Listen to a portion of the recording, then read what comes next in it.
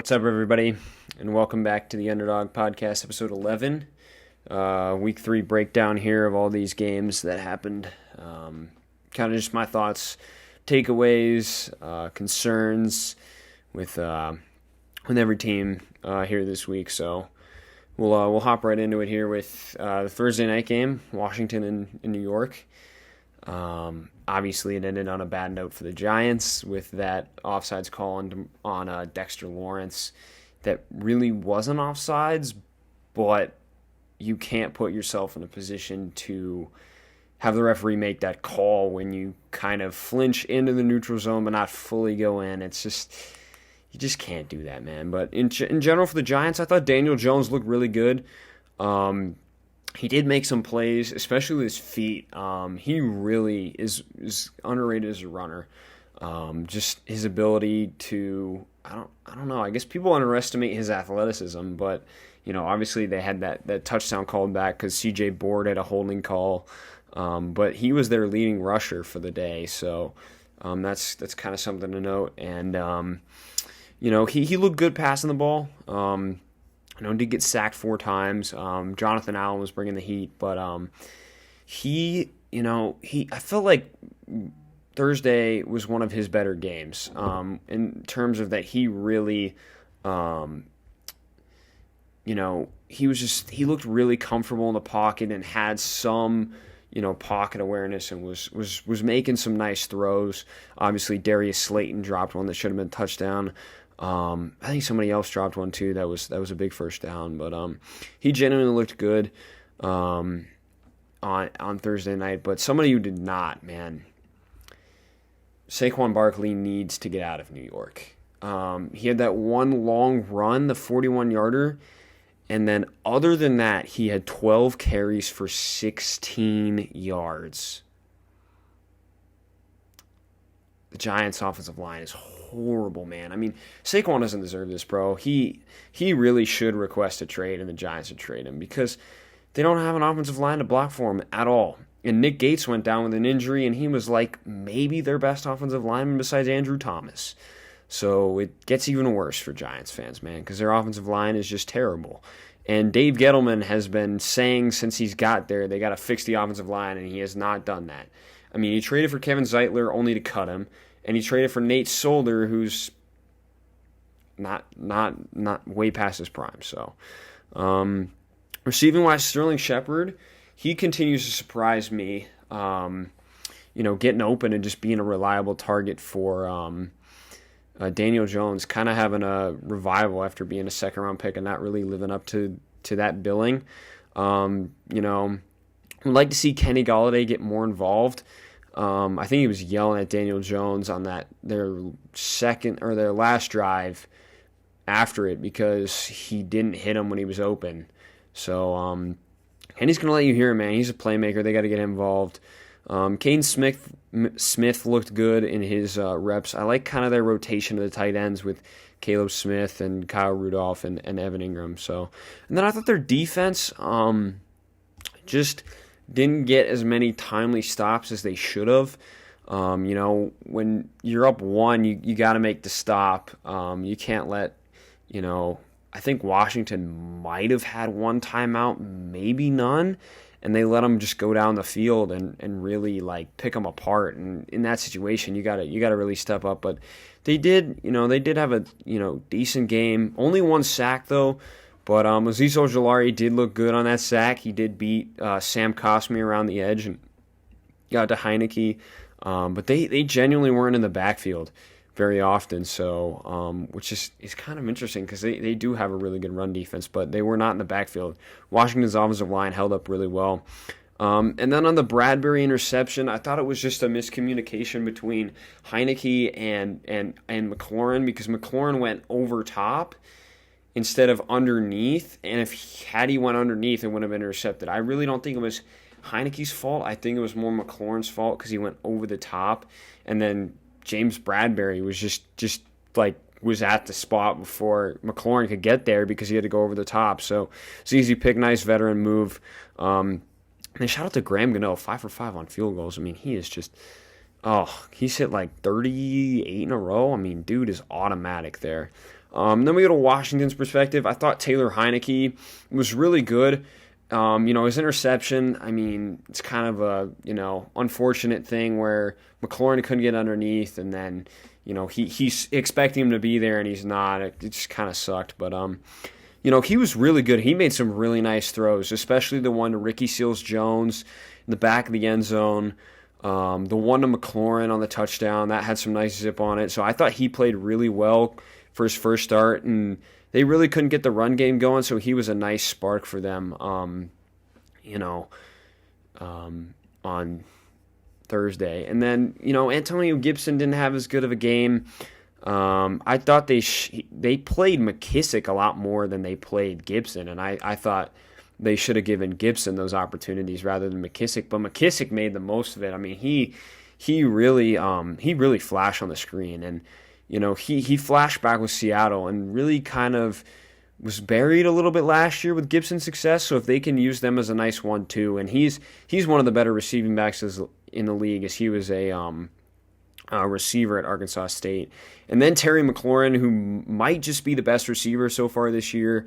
I mean, he killed it on Thursday night, man. He was always getting open and making some tough catches, and he's just, oh man, he's so consistent. He's like DeAndre Hopkins. It really doesn't matter who your quarterback is. He's just gonna go catch it, get open. And then Logan Thomas, he made some nice timely catches. Steady first down, steady veteran. Great story with him. Just coming out of nowhere from college quarterback to being an NFL tight end. And then Adam Humphries was a genuine surprise. I mean, I thought he was getting open a lot and being that kind of short guy that just moves the chains. So Adam Humphries, good to see him back out there after he had kind of a scary concussion with the Titans. So it's nice to see him back out there. And then Ricky Seals-Jones obviously making that touchdown grab is nice as well. And then they got Damien Brown involved as well. And then defensively, they were able to get some pressure. They were Sweat and Chase Young were able to collapse the pocket, and Josh Allen got some nice sacks. But Chase Young needs to be more of an impact man. He really needs to get out there and really, be that true number one pass rusher that we've been. Because I don't think he's a sack to this point, and he needs to be that game wrecker, man, because they go by him, and he's their big motivator on defense. So I think they need to get him more involved, especially. And then Hopkins as well. The kicker was 3 for 3, so good kicking in this game. On top of the wild ending and the wild finish, it was definitely a really good game. Just unfortunate if you're a Giants fan. Then we go to Chicago and Cincinnati, and we start off with Cincinnati. The 3 picks in a row by Joe Burrow. One of them, the first one, he didn't see Roquan Smith kind of drop back into coverage, and it was a pick 6, and it was a great play by Roquan. The second one, I think, was just a dumb forced throw, if I can remember. One of them was. And then the other one was, none of them were great, but I think a lot of it had to do with Cincinnati was not being aggressive on offense, which I don't understand, especially with the personnel you have and the weak secondary that Chicago has, why they weren't taking more shots, why they weren't giving Jamar Chase and Tyler Boyd and T. Higgins the chance to win one-on-ones, because they probably could have won all those one-on-ones. I mean, you saw Jamar Chase burn them deep for a touchdown. I don't know why they weren't doing that the whole game. But and their offensive line play definitely decreased. I mean, Burrow was sacked 5 times. It was rough. Mixon didn't have a ton of room to run, and he wasn't really a factor in the receiving game at all. Tyler Boyd was getting open over the middle. Was giving them a spark, and then T. Higgins had some nice plays as well, and then Chase with the big long touchdown. I just think that Cincinnati needs to go to more, I think they need to go no huddle really, and up their tempo and really use their talent on the outside, and use Boyd as who's working in the middle of the field and is your chain mover along with Uzama, and then T. Higgins and Jamar Chase working on the outside, and T. Higgins being your possession guy, and then Jamar Chase stretching the defense. I think they really need to mix up, their play calling and really, go to the deep shots. And then their defense was still pretty good. I mean, a weaker offense in Chicago, but their defense, I like what their defense has been doing, and they've been able to get pressure, which they haven't in recent years. Trey Hendrickson has been pretty good for them. DJ Reader even, showing up with a sack as well. And they've had, guys step up for them like Larry Ogunjobi, the former Brown. He stepped up and really been a big difference maker in the run game. Mike Hilton has played very well for them, along with Logan Wilson, who's making a big step up in his second year. And then obviously, you got the best free safety in football in Jesse Bates. But I think, their defense is making, I thought Minnesota was a good offense too, just a weaker offensive line. But I think it's going to be interesting to see when they go up against some of those better offensive lines of if they can keep the same kind of pressure on defense and really, make the same type of plays. And then Logan Wilson also had an interception as well, which, was a boneheaded move by Justin Fields, who we'll get to in a minute. And then McPherson continues to be perfect on his kicks, as he was 1 for 1 today. And then we go to the Bears. And Andy Dalton, when he was in the game, looked pretty good. I mean, he was efficient. I think he was 9 for 11 for 56 yards and a touchdown. Just efficient, classic Andy Dalton. He's not going to play this week. It's announced that Justin Fields is going to play, but, I think he'll play when he's healthy, unless Justin Fields just lights it up, because you see what's happening with Lawrence and Wilson, and there is some benefit into not playing Justin Fields. And Justin Fields, I don't think he looked, he played 2 snaps on Sunday night, and I thought his 2 snaps were productive because he actually went through his reads and found a nice completion to Mooney and then scored a touchdown off an option, which is what I think Chicago needs to go to next week. They need to go to that Baltimore-style offense. They need to mix in read. They need to mix in zone read. They need to mix in like speed option or triple option. They just need to get wacky. Kind of like what they did early on with Trubisky. Just come out with some crazy stuff. And Matt Nagy, he's known for doing that. So, and I would like to see them get Justin Fields, moving around, get him some bootlegs, some design runs, because I think every single one of his throws on Sunday was from the pocket. And that's not a bad thing, but I think Fields is best when he's on the move. Run game wasn't great. They mixed in some Damien Williams with David Montgomery. Montgomery had a really good week 1. Just, Cincinnati was plugging up those holes. He didn't really have anywhere to go. But he's probably been their best player on offense so far. And then we go to their receivers. Kmet and Goodwin weren't really involved. You had a couple, targets for Montgomery. Allen Robinson's only targeted 4 times, and he's the best player on your offense. Matt Nagy, dial up some plays for this man. I know he did drop a touchdown from Justin Fields that was right in the bucket, but I mean, you gotta dial up some for Allen Robinson because he's the best player on your team. On offense, at least, he's the best player on your offense. I mean, come on, it's not that hard. Get the ball in your best players for a chance to win. And then Darnell Mooney was productive there as well. And then, on defense, Roquan Smith had a hell of a game, 9 tackles, a sack, and a pick. Robert Quinn looked like his old self with 2 sacks. It helps that you're playing a shitty offensive line, but nonetheless, he got after it. Khalil Mack got a sack as well in this game. So we just kind of need to see that Bears unit kind of, get fully healthy, get Eddie Goldman back, and really show that they're still an elite defense, which I think they are.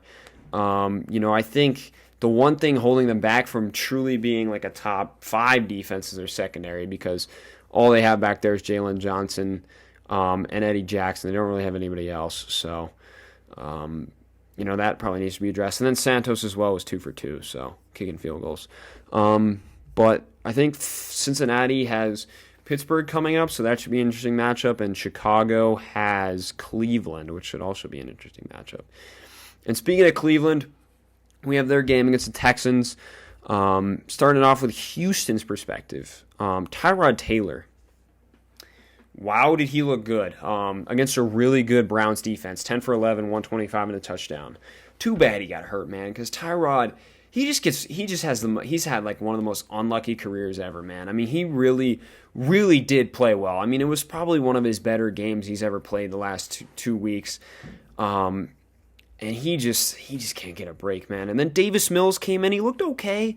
I mean, you know, you're not really expecting to play at all. You're expecting to learn behind a veteran, and then he gets hurt, and then you got, you know, a tough Browns defense, and he made a nice throw for a touchdown, and he made a bad throw for an interception. It's just kind of one of those days where he was, you know, a little up and down. I think, you know, short week against Carolina, it's kind of going to be tough to tell, tough to judge him in his first start. I think it's a good look because, you know, Panthers have a good defense, so we'll see how we can do. But then I think we can't fully judge Davis Mills until after his second start, because then he has a long week and, you know, he's had time to prepare. I think he's really in a bad spot to succeed because he's going to be thrusted into the starting role. It's a short week against a good Panthers team, so we'll see kind of how that turns out.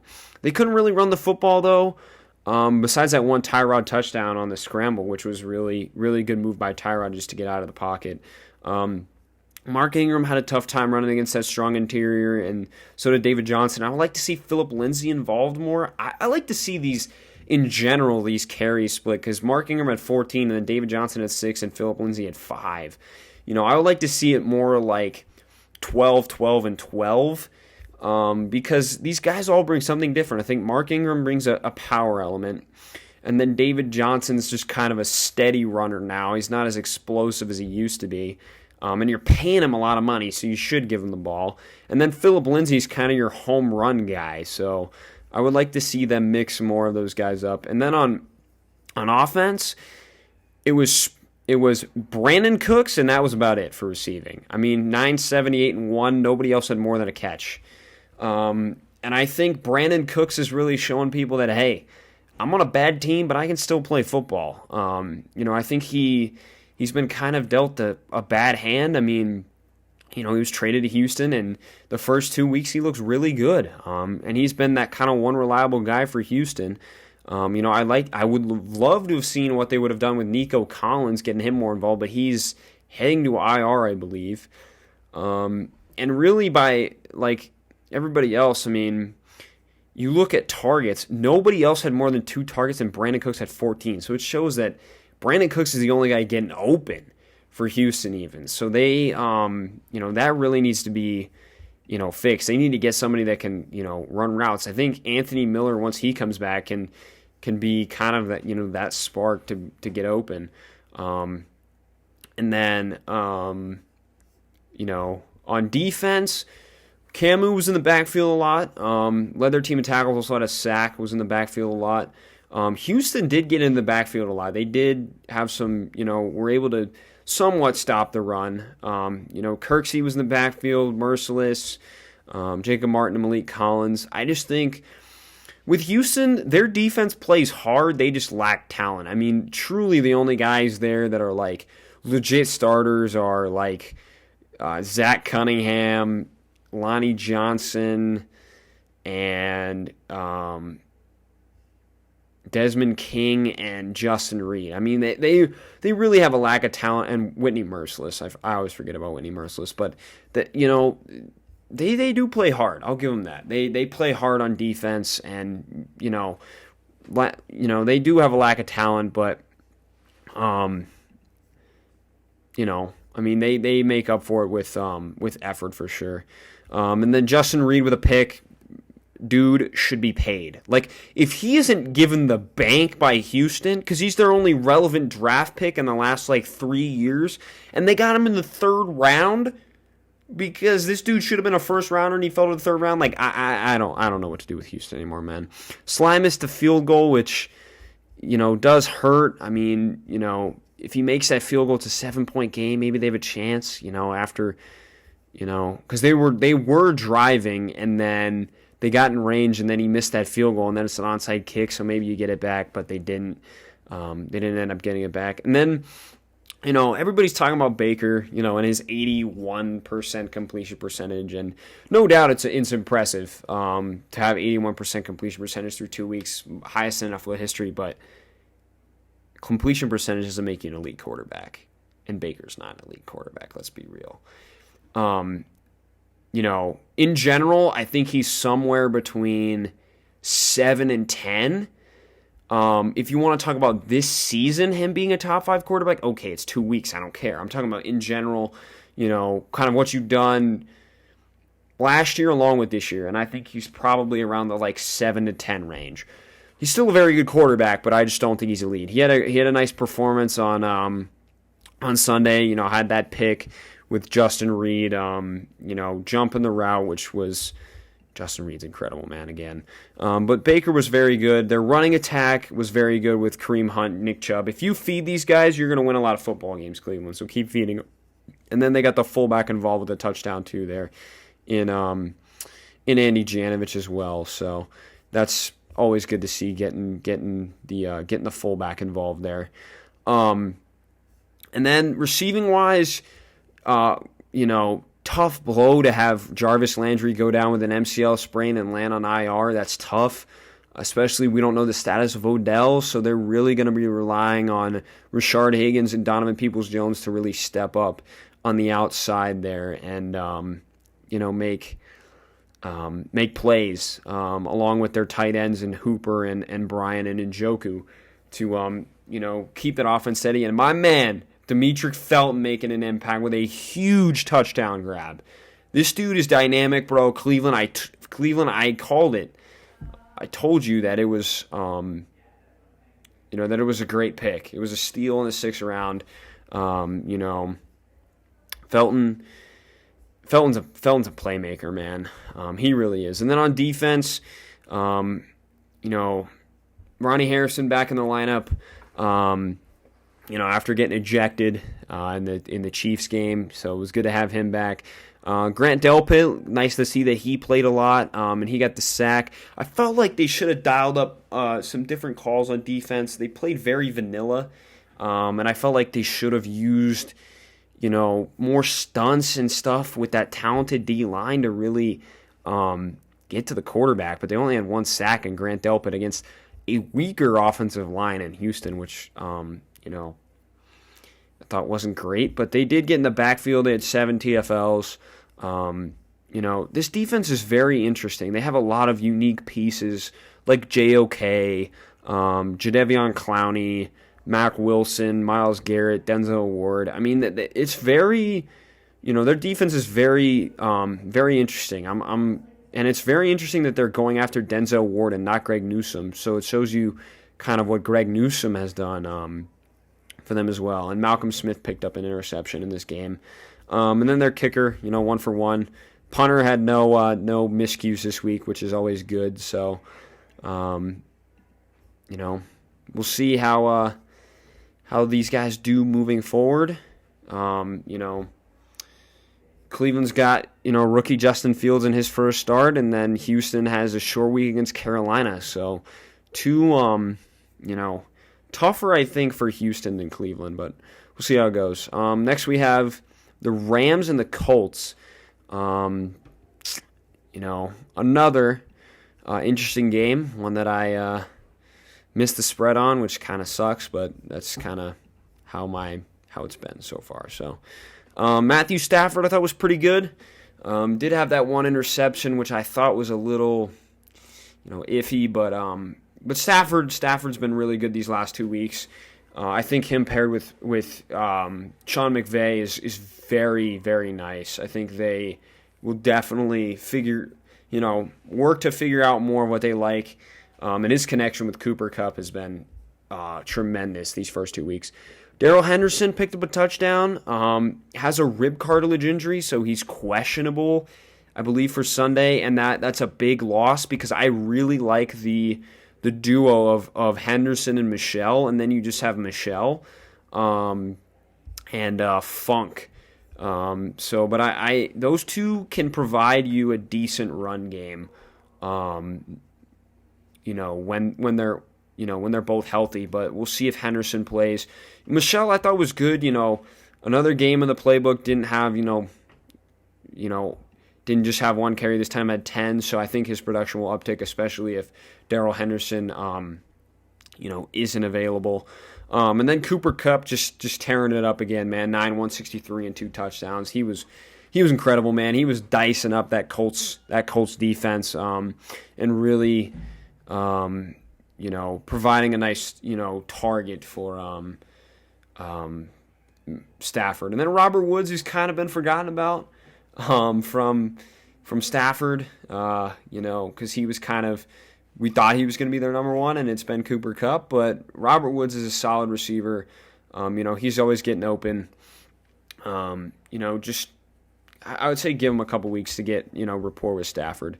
And then Van Jefferson, quiet this week, but, he's their deep threat. He'll stretch the field. And then Higbee was also quiet this week. And then on defense, they did get after the quarterback. Aaron Donald, being Aaron Donald. Leonard Floyd, Sebastian Joseph Day getting back there as well. And this Rams defense is just stupid, man. And Ramsey's interception, oh my, dude. Ramsey's interception off of Jacob Eason was nice. And then Reeder also got himself a pick. And Matt Gay was 2 for 2 on field goals. And then we have Indianapolis. Wentz can't stay healthy, man. He can't. 2 sprained ankles is a tough break. But we'll see if, I would doubt he's going to play on Sunday, honestly. So it would be the Jacob Eason show, who I feel bad because you go in that situation in the game, you're down 3, you're trying to make a play, you throw it at Jalen Ramsey and he gets a pick. It's kind of what happens when you throw out Jalen Ramsey and you pick on him. He makes plays. But it'll be interesting to see because I did like Jacob Eason coming out, so it'll be interesting to see him if he starts or if Wentz is going to be there. And, honestly, if you're Indianapolis and you're Chris Ballard and you think about it, you really want your first-round pick. So I would just sit Wentz, regardless if you think he's healthy enough or not. I know he gives your team the best chance to win the football game, but at the end of the day, a first-round pick is a first-round pick. I'm just saying. Their run game has really struggled to this point. Jonathan Taylor really hasn't gotten it going, and I think part of it is their offensive line hasn't been as good as in years past, and I think they should mix in some more Marlon Mack for a little bit more elusiveness than Jonathan Taylor, and then maybe mix in Nyheim Hines just to mix it up because they've done a heavy dose of Jonathan Taylor and it's been a little underwhelming to this point. Then their receivers, Michael Pittman Jr. had his best game as a pro. He was really getting open and was, definitely Wentz's most reliable target on Sunday. As that big perimeter receiver, he's very physical and was really, challenging these Rams corners. And, he was really, he was getting after it today on Sunday, man. It was nice to see that because he battled some injuries his rookie year and didn't really get the opportunity, but with T.Y. Hilton out, he has. And then Jack Doyle and Zach Pascal were continually moving the chains for Wentz, as they always do. Would like to see Hines more involved. He was really quiet on Sunday. And then, a couple other guys got involved in Doolin and Mo Alley Cox. I think defensively, the Colts in this game were better than I thought they would be. They held the Rams to 27 points, which is pretty good, all considering it, because the Rams are one of the best offenses in football.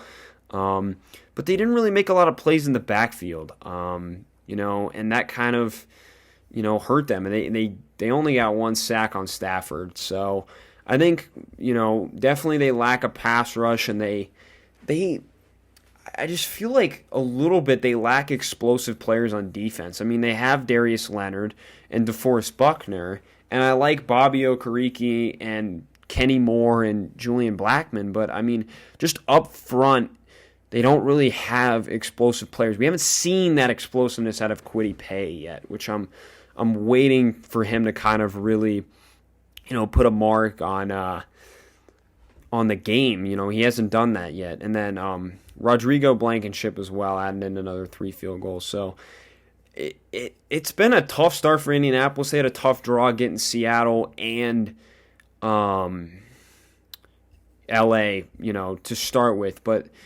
they really got to bounce back, man, because they haven't looked too good in their first two games. And the Rams have a really tough game coming up in the Tampa Bay Buccaneers. So that should be very interesting. Buffalo, Miami, this one's going to be quick. Buffalo, went into Miami and just really pounded them. Josh Allen was all right. He hasn't looked like old Josh Allen of last season yet. I think he's still kind of, I guess getting back into it, getting into the season. He threw, an interception that Xavier Howard was all over. His ball skills are just stupid. But, I think once Josh Allen gets settled in, this offense will be right back up to speed. But what was impressive about this win offensively for them was their run game. And it showed that it's not going to be a weakness.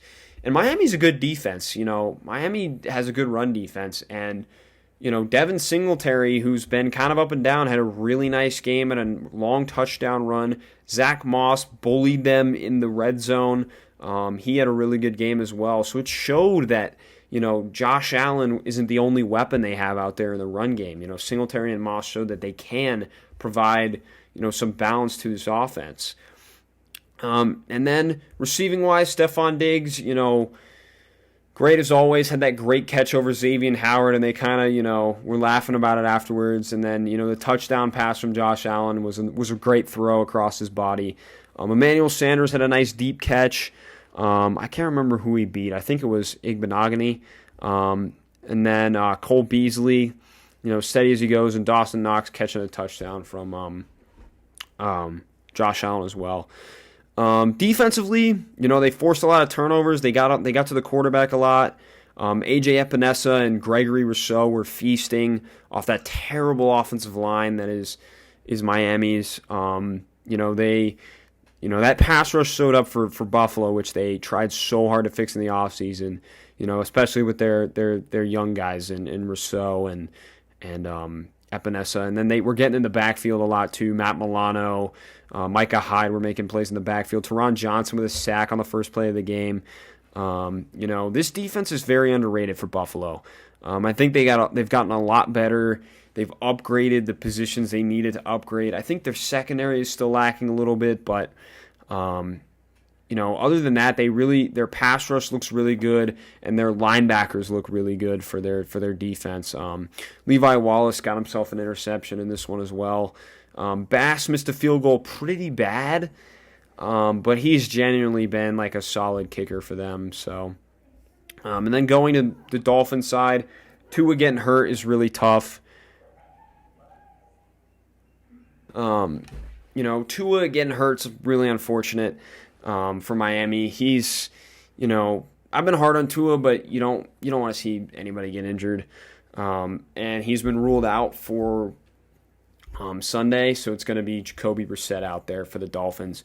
Who I like Jacoby Brissett. I don't think he's, quite a starter in this league, but he's certainly a high-quality backup and did the best that he could on Sunday. I mean, he was getting pressured, about just about every play, kind of forced it when he threw that interception. But I think, Jacoby Brissett at least provides them with somebody that has, a cannon for an arm, which Tua doesn't. So he can maybe, open up the offense a little bit more, which I think is actually a good thing for Miami. Run game was non-existent with the fact that they were down the whole game. And then receiving-wise, Waddle showed up a little bit, but he also had that really bad muffed punt. So rookie struggles for him. Devontae Parker looked good. I thought he was getting open more on, and he was, providing a nice target for Brissett later in the game. I think they need to get Gesicki more involved in their offense. He just really hasn't been a factor for them. And then Gaskin was good out of the backfield, and then they, mixed in some Albert Wilson. But I think they need to get Preston Williams and Gesicki more involved in the offense. I think it just would benefit Miami.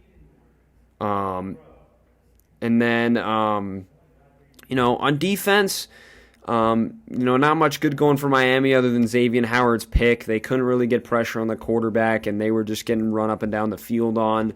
Bad showing for their defense is normally really good. It was tough. It was tough. They were in a 14-point hole early, and they just couldn't dig themselves out of it. So, Miami, really poor showing. Hopefully they're better, on this Sunday than they were against Buffalo. So, and then we go to our next game here, which is going to be, I believe it's New England and the Jets. This game, obviously, we'll talk about Zach Wilson in a second, but I want to talk about New England first. Mac Jones was just steady, efficient, just made the plays that he should. Didn't do anything too crazy. He just kind of took what the Jets gave him, and was steady. Just kind of, playing game manager, I guess, for New England. And then, their run game, I like the uptick in James White. I think he's deserved more of a role in the offense. I think last year was tough because of Cam, and, he doesn't really fit with what Cam does and stuff like that. So it's just nice to see that a guy that, has worked his butt off in this league, and, it was tough last year with him losing his dad. Or his mom, one of the two. I think it was his dad. And then, he was out for, I think he missed 2 games for that, and then he came back, and I don't think his head was in the right spot. It's just so good to see a guy that, has worked his butt off and really, deserved it, get more opportunities. And then Damien Harris, that touchdown run was Marshawn Lynch-esque. I mean, it was just stupid. He broke 8 tackles and carried 3 guys to the end zone. I mean, Damien Harris is an absolute freaking beast, man. I love that, man. And then J.J. Taylor was active this week as well. Hopefully, I would like to see him get more involved in the offense as well. And then the receiving-wise, James White, steady as he goes, led the team in receptions this week. I would like to see Hunter Henry more involved too. He had a nice long catch and another one. So I think he's that chain mover, man. And Mac Jones can get some easy completions to him. Jacoby Meyer, steady as always. Made some nice plays. Would like to see him get the football more. I know there's a lot to spread around. So I just think that he provides that sure-handed guy out there. Jonnu Smith, downtick in snaps this week, probably due to that hip injury. Nelson Aguilar was quieter this week, against the Jets, and Kendrick Bourne, he's kind of been lost in the offense. Would like to see them just scheme up touches, kind of like what they did for him on the jet sweep. And then defensively, they really got gashed in the run game. They do really need to fix that, but they did get pressure. Matt Judon, Cody Davis, and Uche had sacks this week, so they did get pressure and they were in the backfield. But I think they just need to up the, up their run defense, get that better, and then of course the secondary, best in football, man. J.C. Jackson, 2 phenomenal interceptions. One being thrown right to him, and the other, McCourty tipping it to him, being a team player there. And then, Devin McCourty, nice technique on his interception, just staying high, and Zach Wilson threw right to him, but he was in the right spot. And then Adrian Phillips showing off some ball skills. And then shout out Nick Folk and Jake Bailey, both phenomenal special teamers. Nick Folk, 33 field goals in a row now, franchise record, so shout out to him. And then we got the Jets here. Zach Wilson was poor performance, but he doesn't really have much. His offensive line, I will say though, on his interceptions, he was not pressured. So it's just you can't play hero ball, man, as a rookie. You gotta take what the defense gives you and not try and make every single play like he did.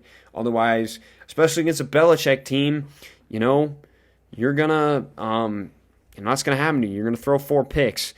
Their run game looked really good. The balance of Ty Johnson, Tevin Coleman, and Michael Carter was nice to see them utilize it like that. And nice to see that Ty Johnson, young guy, has earned kind of his stripes in the league and is getting some more opportunities. And then their receiving, Corey Davis was absolutely locked down by J.C. Jackson, and he's a legit number 1 guy. And J.C. Jackson took him out of it. Jeff Smith had a long catch in garbage time, but other than that, it was like Elijah Moore and Braxton Berrios show. Those two were getting open, and Braxton Berrios especially was getting open underneath, and was really providing a nice spark for the Jets. Their defense looked pretty good. They were getting in the backfield a lot. I saw C.J. Mosley was flying all over the field. Marcus May was in the backfield quite a bit. Same with Shaq Lawson. They have a legit defense here in New York. I just think that they don't have a great secondary, which is part of it. And I just don't think they have as big a names on defense, but they do have a very good defense nonetheless here for the Jets. And then their kicker was 2 of 3, not bad. But I think, in all honesty, I think the Jets really just need to, not put as much on Zach Wilson. And I think Zach Wilson needs to not play hero ball every single time he's out there, because he's going to get himself into trouble like he did on Sunday. You got to be patient. And, it's hard to be patient, but you have to be patient. And we go to San Francisco and Philadelphia. I don't have much about this game either. I think Jimmy G was fine. He was missing a lot of high throws, though, and there were some that could have been picked. He's got to get the ball down and really, not overshoot his receivers, because if he plays a better defense than what Philly has, he could get intercepted. More than I think, with a better secondary, they'll make better plays on the ball. And then, running the football, they weren't bad. I thought JaMychal Hasty was honestly their best back on Sunday. We'll see if he'll be ready to go. Because him and Elijah Mitchell, they're questionable. I think Sermon's in concussion protocol, so I doubt he'll play. And then the only guy they have is Trenton Cannon, along with Kerryon Johnson. So it might be the Kyle Juszczyk show, where Shanahan shows that he can beat the Packers with Kyle Juszczyk and nobody else. But Juszczyk as well, he's a difference in the run game, man. Just the way that Shanahan uses him with motion and as a wing and as a traditional fullback and as like a tight end, it's just very unique. And there's not very many players that can do what Kyle Juszczyk does. And then receiving wise, Ayuk continues to be in the doghouse, man. He is just I don't know what that situation is, but Ayuk, man, get your shit together so you can come help this football team out. George Kittle was a non-factor on Sunday, which is very rare, especially against their linebackers. The only one that can really cover is Eric Wilson, so that was really surprising. But Deebo Samuel continues to be their number 1 wideout, which Deebo's one of my guys, so I'm glad to see that his uptick in production has been worth it through his hard work. And then Juwan Jennings, a nice kind of surprise there as well with that touchdown grab for them. And then defensively, Fred Warner, he's all over the field. Jaquiski Tartt had a really nice game. Diamador Lenore was pretty good, except for getting beat on the Rager would-be touchdown, except he stepped out of bounds. Nick Bosa had 2 sacks. We kind of saw the old Nick Bosa. Would like to see other guys get pressure, like Ebukam and Arik Armstead. Would like to see some of those guys get more involved as well. And then Robbie Gould, steady as he goes, making that field goal. Let me get to Philly. I thought Hurts was good. I thought it was nice to see Hurts give his guys a chance and throw the ball deep and really give his receivers a chance to go make plays. I thought, that was a smart decision. And even though he's not connecting on him, I think it's growth from Jalen Hurts, showing that he trusts his guys to make plays on the ball. And then he was phenomenal with his legs, really extending plays and finding open guys and even scrambling in those design runs, being a factor for Philadelphia, which is why they trust him to be potentially their franchise quarterback. We'll see. And then Miles Sanders, I think that him and Kenny Gainwell need to be more involved in the game plan. I've been saying this since last year. Miles Sanders is a solid back. He just doesn't get the opportunity he deserves in Philly. And Doug Peterson really underutilized him, but I don't think he's as underutilized now, but they need to get him involved. Quiet week for Devontae Smith. I think, they were trying to use him more vertically in this game. I thought he should be used more like, underneath and really as a chain mover, and scheming up touches for him. Obviously only 13 completions, so not that many, catches for guys. But, I liked what they were doing with Rager and scheming him up touches. It's just unfortunate that he was really pushed out of bounds by Lenore. I hate that new rule that no matter what, it's illegal touching. I think it's just bullshit. And then Quez Watkins might be the most explosive guy on this Eagles offense. His 91-yard catch was just ridiculous, man. So Quez Watkins really is a difference maker for that team. And then on defense, Singleton, Wilson, and Harris continue to be all over the field.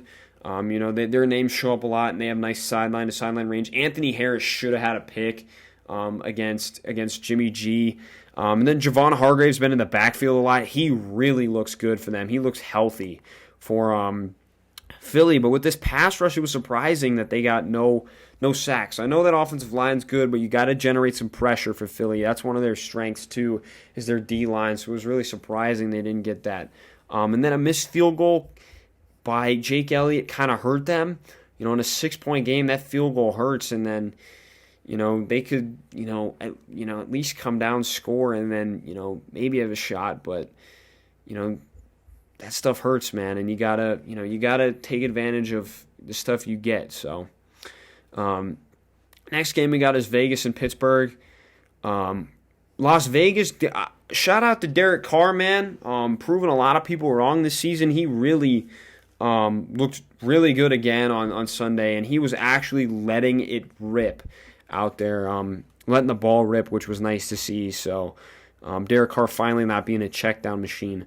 Running the ball is weird. They gave more carries to Barber than Drake. I don't know if Drake got hurt in that game or not. I don't really remember, but I would like to see with Jacobs out in the future as Drake being the more feature back than Peyton Barber.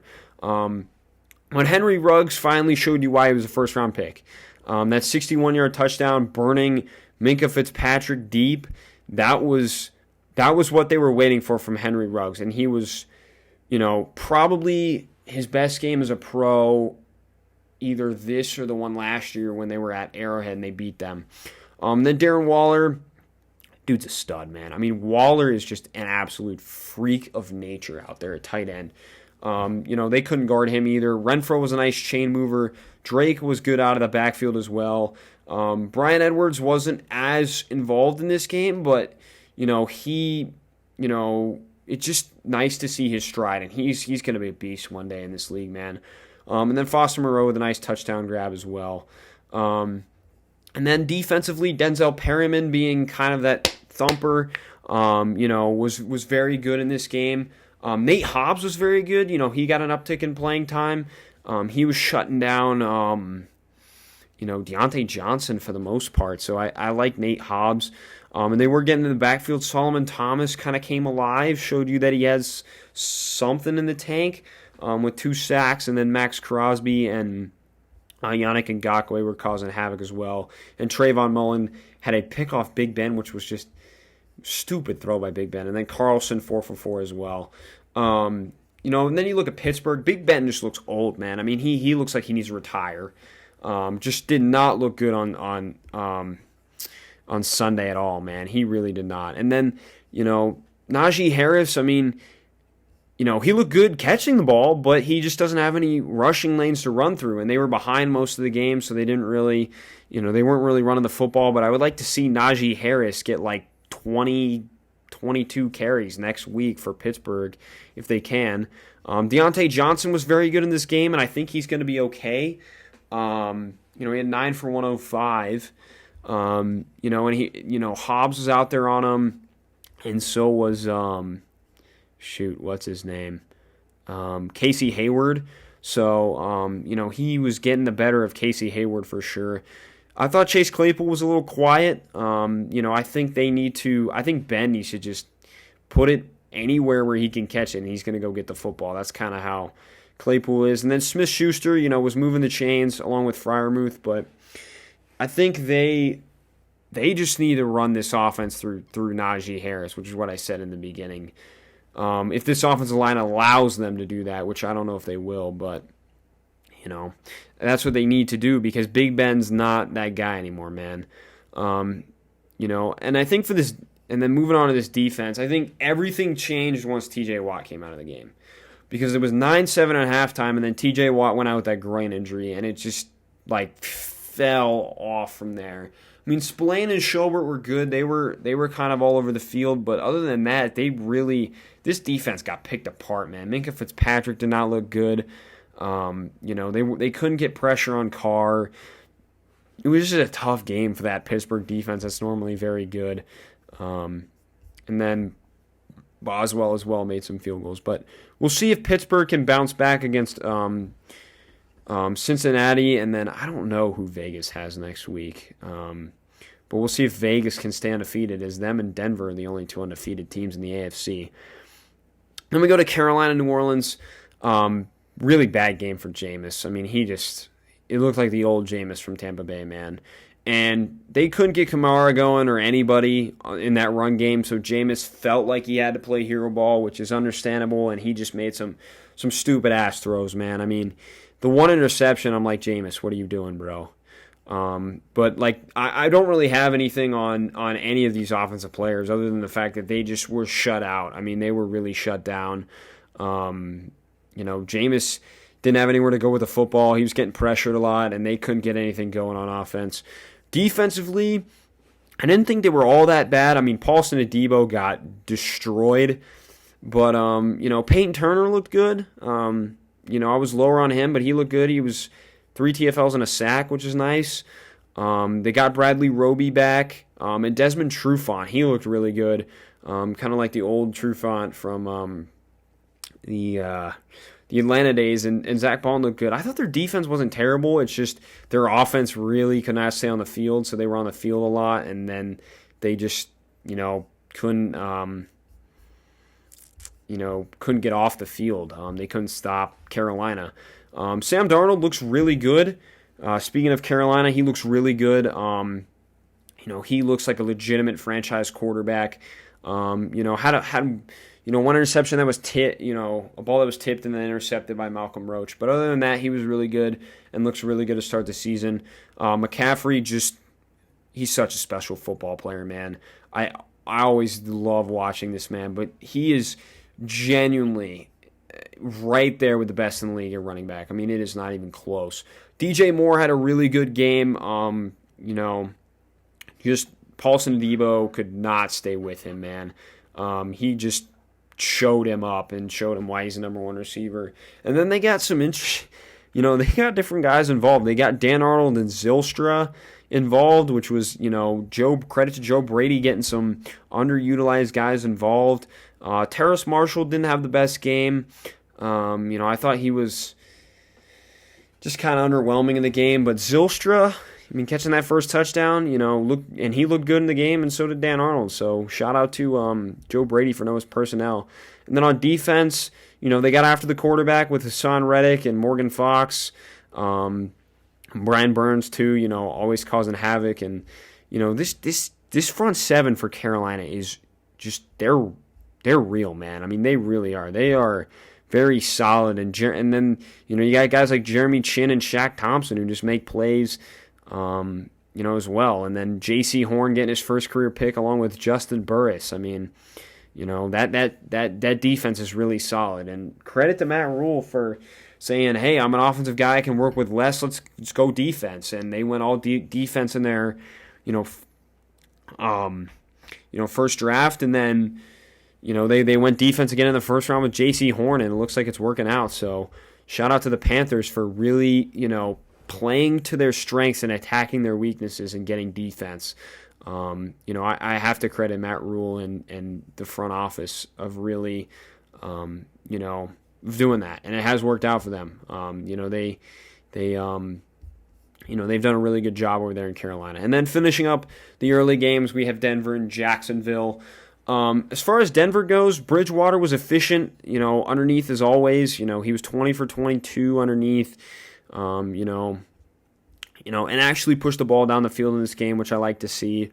And it's just good for Teddy Bridgewater just to be back starting for an NFL team and really being relevant. Because Denver, they've been looking for a quarterback for a long time, and hopefully Teddy can keep this up and really be a nice veteran leader for this team. And then at running back, Javonte Williams, Melvin Gordon, perfect split. Javonte Williams looked really good in this game, really showed some nice explosiveness and was breaking a lot of tackles and just looking like a nice feature back for them. And Melvin Gordon struggled in this game after he was really good against the Giants, so it was kind of nice. When one struggles, you can have the other one, kind of raise that run game up. And then my absolute beast, Cortland Sutton, 9 for 153. 9 for 159, sorry. You can't guard this man, bro. You can't guard him. I said afterwards, I said, you got to get him involved with Jerry Jeudy out. And they did, and he had career highs in catches and yards, man. And, they got the Jets next week, and you know where they're going to go with the football again? They're going to go to number 14 because he's the best player on their offense. Yes, I said it. He's the best player on their offense. Tim Patrick was nice as always. He's carved out a really nice role for him here in Denver. And then Albert O and Noah Fant are nice vertical hitting tight ends. They had good games as well. Would like to see them stretch the field a little bit more with those two, though. And then on defense, you lose Josie Jewell, that's tough because he had a really nice game against Jacksonville, and they're not as deep at linebacker as they are at some other positions. But Surtain got his first career pick, and it was a beautiful one, man. I mean, he was stride for stride with, I believe, Marvin Jones or Chark, one of the two of them, and he just went up and got it. I mean, showing his elite ball skills. Von Miller was looking like old Von Miller with a nice sack. And now they're going to have Malik Reed step up like he did last year with Bradley Chubb being out and getting ankle surgery. And Kareem Jackson, he also had a nice pick. And then McManus, steady as always, 3 for 3. And then we go to Jacksonville, man. What the hell is Jacksonville doing, bro? I mean, I get you're behind in the game, but 11 carries for James Robinson? Come on, man. I mean, this is what I'm talking about. Just stupidity from Urban Meyer. Like, put the ball in James Robinson's hands. He was a 1,000-yard rusher last year to take some pressure off T-Law, even if you're losing. Because, I don't know, man, but because, it's just, you're just, expecting Trevor Lawrence to make every play, and he's not going to make every play. He doesn't have a great offensive line around him, and his weapons are all right. I mean, and Trevor Lawrence was bad in this game. He has 5 picks in 2 weeks. I mean, you really have to change up the formula if you're going to, see the Trevor Lawrence of Clemson. I mean, seriously. But Marvin Jones was good in this game. The ball that Trevor Lawrence threw to him for the touchdown was just absolutely perfect. I mean, I don't think Kyle Fuller expected him to throw that ball. And it was just a perfect throw by Trevor Lawrence there. DJ Chark just 1 catch. He needs to get more involved for sure. And then Laviska Shenault, too. He's had 2 catches for -3 yards. I mean, they really need to get him. They just need to scheme up touches for him, man. I think, jet touch passes, jet sweeps, put him in the backfield. I mean, really, get creative with Laviska Shenault. And that's kind of been Urban Meyer's strength, especially at Ohio State, is getting creative with, Braxton. I mean, use him like you did Braxton Miller. It's not that hard.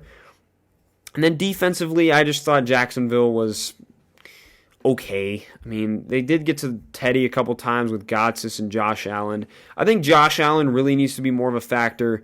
Along with Chase Young, they really need to take over games, man, because their secondary is not great other than Shaquille Griffin, and they really need their best players to really step up for them and really, to keep Jacksonville in games, because you have a young quarterback who's going to make mistakes, as we have seen. Then for the special teams, Jamal Agnew with a touchdown, providing a spark late, maybe providing some hope, but you know, I mean, they couldn't get it done, man. They couldn't get it done, you know. And then Josh Lambo, I don't know what the hell is happening with him, but he has been awful to start the season. I think he's like 0 for 3. I mean, he has really not been good for that Jacksonville team. And he's been a solid kicker over the last couple years. It's very surprising to see him struggle for them. And then we head into the afternoon games with probably the best game. Actually, I don't know. It's not the best game of the week, but it was the best game in the afternoon games. We'll say that. And Minnesota, man, Kirk Cousins looked really good, really comfortable in the pocket. He was only sacked once, and he was just, you know, tearing up that Arizona defense. It's kind of got a weaker secondary. Dalvin Cook as well had a really good game, and Madison was mixed in there as well. 2 little scares there, though, from Dalvin Cook, but I think he seems to be all right. And in this, you know, receiving corps, how about KJ Osborne, man? I think he was a 6th-round pick from Miami last year, and he looks really good, man. You know, he's playing a little bit more of that slot, and he looks very, very good for them. So, you know, Minnesota might have found a steal there from Miami. He had a nice game against Arizona. Justin Jefferson kind of got back on track with a touchdown along with Adam Thielen. I just think, you know, get the ball in your playmakers' hands. They got the ball in Dalvin Cook's hands. I think they need to get the ball more in Justin Jefferson and Adam Thielen's hands. But I thought Minnesota's offense was very good. They just, unfortunately, Greg Joseph cost them a chance to win. You know, he not only did he miss a field goal, he missed an extra point, which would have went to overtime even if he missed a field goal. And then defensively, you know, Eric Kendricks continuing to be one of those best linebackers in the league, was all over the field. And Nick Vigil, he was very good, replacing Anthony Barr, had a nice pick 6 and a near fumble recovery as well. Daniil Hunter, 3 sacks, just an absolute monster. I mean, he is literally like a Greek god of a pass rusher. I mean, he's just incredible, man. And Xavier Woods as well had a nice pick. I mean, Kyler threw it right to him, but a nice pick. Bashad Breeland, he struggled in this game. You know, was really getting picked apart, which is kind of, you know, not like him. You know, he's been really solid the last couple of years, so it was really, you know, interesting to see that. Then moving over to Arizona, Kyler Murray was great except for his 2 interceptions. You know, making an MVP case early on. He's just a phenomenal athlete, man, and his ability, his escapability in the pocket is unlike anybody else. I mean, it is just, he is so fun to watch. And then you go to this running game. You know, I thought, you know, the 2-headed monster of Chase Edmonds and James Conner's working, I think. You know, you get Conner in there fresh, kind of grind out, pound the defense, get some tough yards, and then Chase Edmonds is kind of your more explosive guy who's, you know, nice out of the backfield too as a receiver and just quick and shifty. And then obviously Kyler in the run game, you know, that provides some help too. I liked, you know, then the receiving game, you know, he had that nice long touchdown from Rondale Moore on a great play from Kyler. So it's good to see they're utilizing him. And then former first rounder Max Williams looked like, you know, the guy he should have been coming out of Minnesota.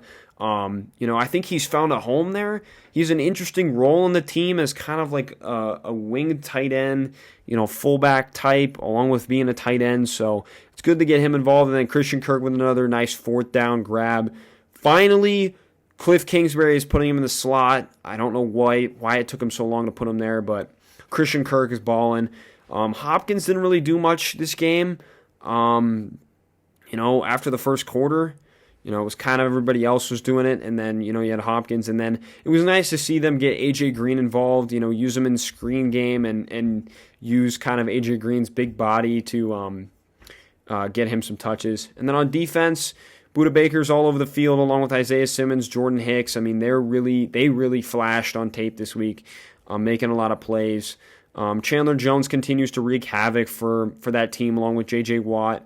Byron Murphy's coverage is great. Marcus Golden with a nice sack. You know, Arizona, I think they're shaping up to be, you know, a really good defense. And then Matt Prater booting a 62-yard field goal. I mean, showing off the leg. You know, he's got the record for the longest field goal ever made. So that was another nice thing to see, is that Matt Prater at 37 still got a fucking boot as a kick. And then here we go to the Tampa Bay and Atlanta game.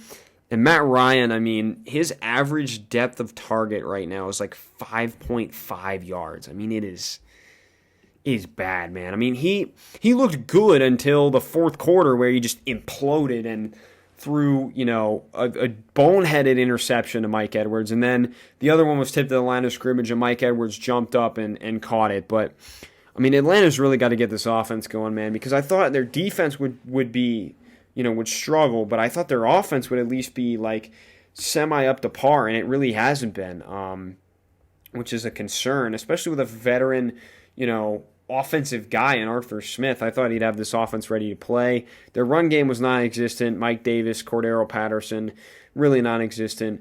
This week they finally got Kyle Pitts going. He finally showed why he was the best player in this draft. And then Calvin Ridley, he had a nice game. And Cordero Patterson, the receiving game was nice. I really like his role in this team and how they're utilizing him. I just think that, he should... they need to get him more involved, I think. And then Russell Gage had a nice game. Too bad, he got hurt. I hope he's going to be all right. I really do like Russell Gage. I think he's primed for a breakout year if they give him the opportunity. Then defensively, Foyesade Oluwakon's one of the best in the league at forcing fumbles. I know it went out of bounds, but he's really good at doing that. Deion Jones has struggled in coverage. He has not looked like the same player that he was. Grady Jarrett, they need him to get more, pressure on the quarterback. And same with Dante Fowler, who was really good in the first half and then just disappeared. And then Marlon Davidson also had a nice sack. I think just with this whole defense, they just need to, I don't know, man. They just need to acquire somebody or just, I don't know, threaten to freaking trade everybody or fire them or cut them if they just don't play well, because this defense is awful, man. But Younghoe Koo at least made his kick. And then we go to Tampa. Tom Brady, 5-touchdown performance. I thought he played better than last week. Was just efficient, slicing and dicing. I feel like they need to get this run game going, man. With Fournette and Ronald Jones, they really need to get it going more so that it can be, they can get the play action game involved and be more effective as an offense in general. Mike Evans was really good in this game. He was getting open a lot week one and wasn't getting the ball, and Tom Brady fed him this week.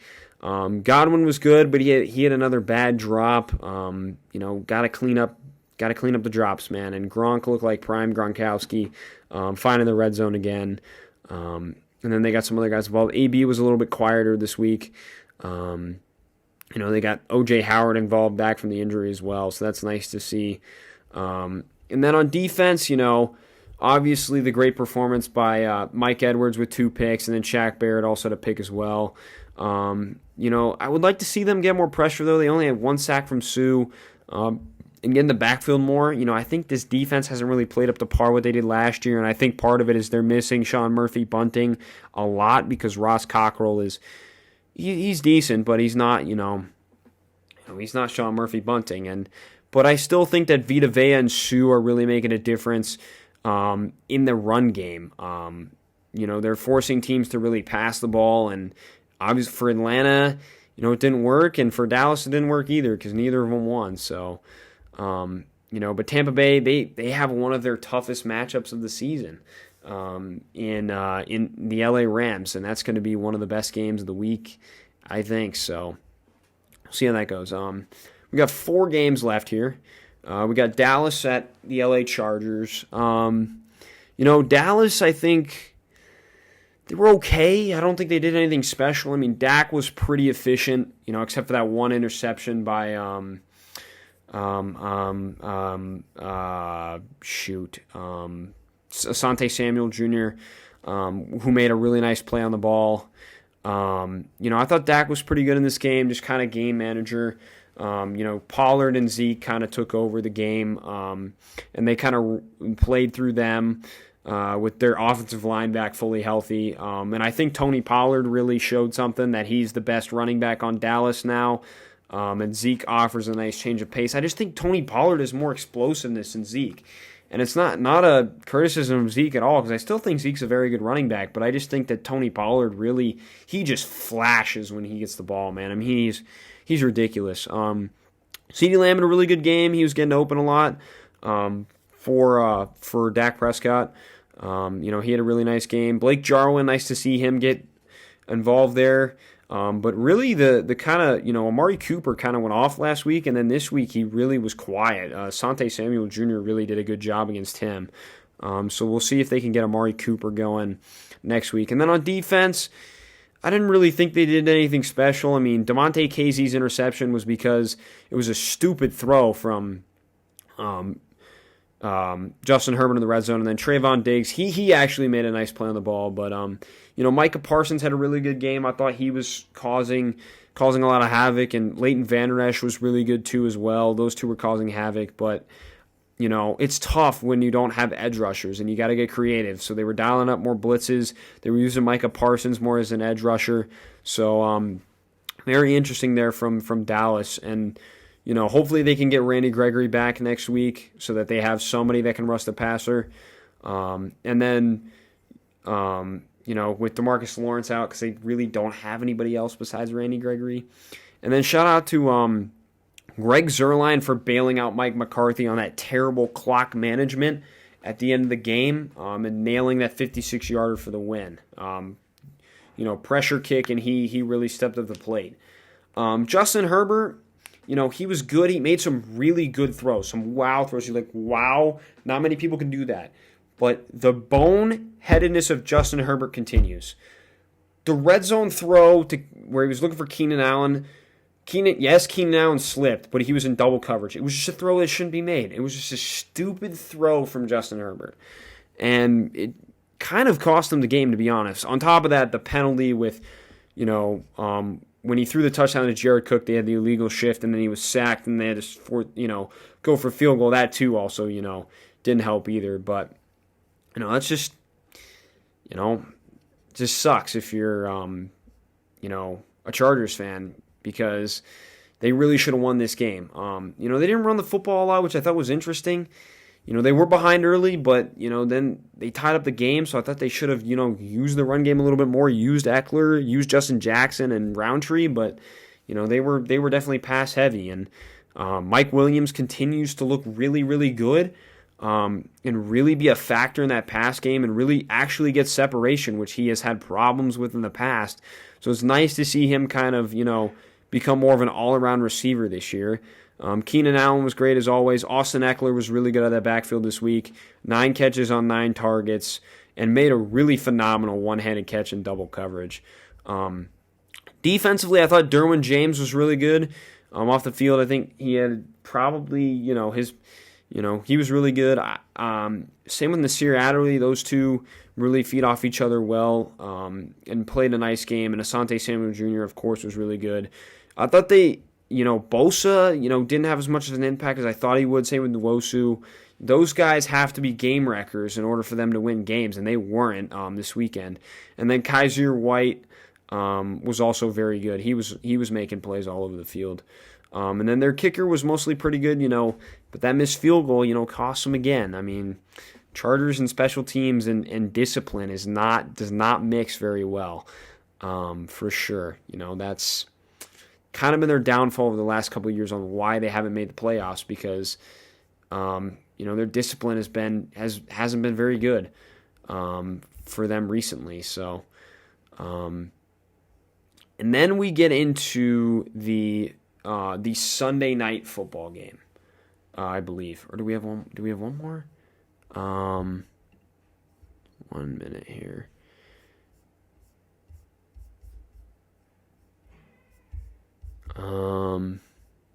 We have Tennessee and Seattle. So this game was a tale of two halves, because Seattle dominated the first half, and then they just completely were just really bad in the second half. Tannehill, he was fine. I mean, didn't really do anything spectacular. I think he's just kind of game manager Joe at this point. I think he's very overrated. But he's a solid quarterback, and he definitely made plays for them when they needed him. Derrick Henry woke up in the second half, and my oh my, did he just make Seattle his bitch in the second half. I mean, man, Derrick Henry, that was something. Thanks for helping me win my fantasy week. But yeah, Derrick Henry looked like the old Derrick Henry, and he really showed people that he still got it. And speaking of still got it, Julio Jones has still got it and got robbed of a freaking touchdown. Julio was prime Julio in this game. He was really, feasting on those smaller corners for Seattle. And Derrick Henry got involved in the passing game, which was nice. A little quieter game for A.J. Brown. Would like to see him get more touches.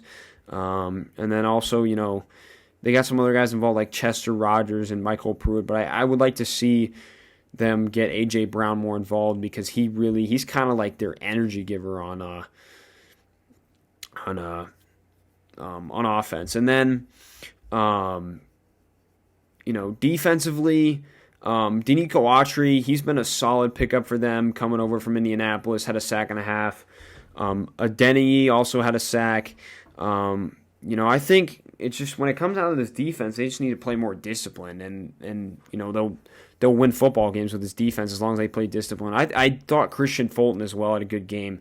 He was doing a pretty good job against DK Metcalf.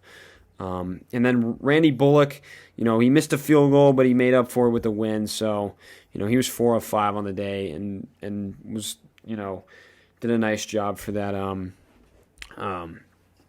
that Titans team. And then Russell Wilson, he was very good, but then in the second half he just kind of fell apart.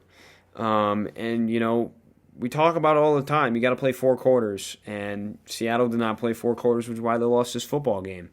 And then they didn't really run the football that much either. I thought Chris Carson should have gotten more touches late in the game so that they could run out the clock, but they just wanted to keep slinging it, and it came back to bite them. But Tyler Lockett was very good again in this game. I mean, he's just absolutely balling, back-to-back 100-yard games, back-to-back games with a touchdown. I mean, I said it ever since he came out of Kansas State. He was going to be a baller, and he has been. And Freddie Swain, he was pretty good for them as well.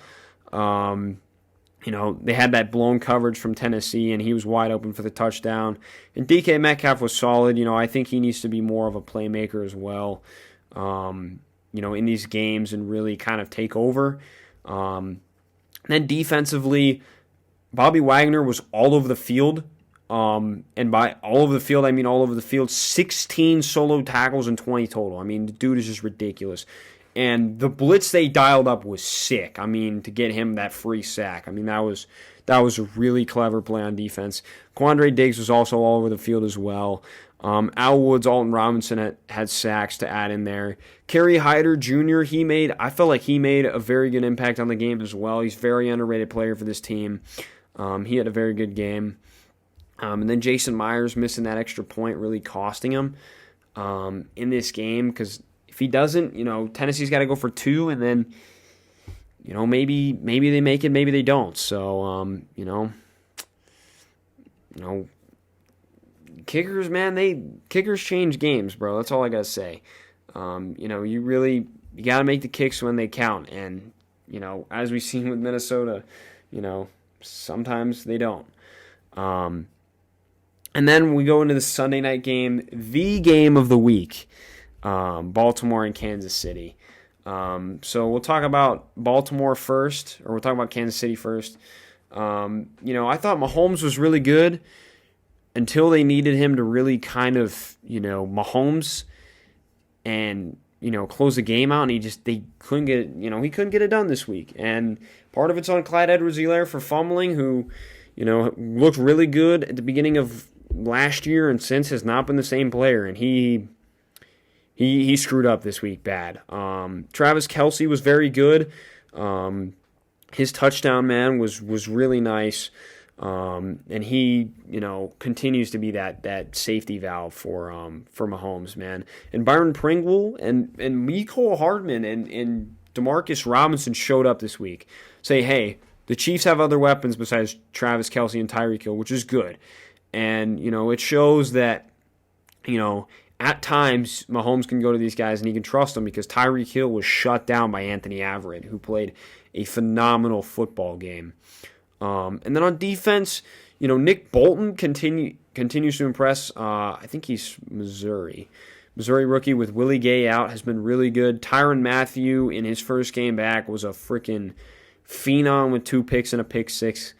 I thought, but you need more impact out of your front 7. And Frank Clark was nowhere to be found, and neither was Chris Jones in this game. And those are the 2 guys that really make a difference up front. And they just weren't, factors in this game at all.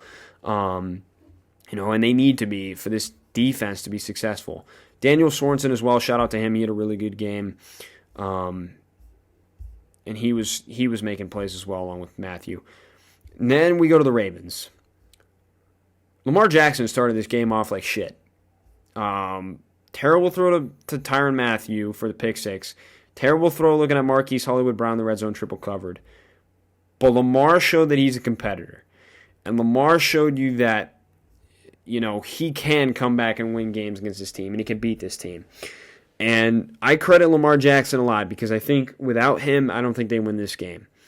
And Lamar really took over in the second half. He said, he was like, Harbaugh, put the ball in my hands, and I'll go get you this game. And he did. And that 4th down and 1, man, when John Harbaugh looks at him and says, Lamar, you want to go for it? And he goes, hell yeah, give me the football. I'll run over a dude. I'll jump over a dude, whatever I can to get this yard. And he runs over a dude and gets the yard. I mean, he's a special football player, man. He really is. And then Tyson Williams, I thought he was pretty good. They kind of were fortunate that his fumble was not a fumble and it was in Duvernay's hands and he scored. So, very good from Tyson Williams there. He was solid, and then Latavius Murray getting involved, with a nice touchdown. And Devontae Freeman ripped off a couple big runs as well. So that run game, it's still going to be there. They had 251 yards, so it's still going to be a factor. And then for the receiving, Marquis Brown has really impressed me this season and really shown that he's a number 1 receiver.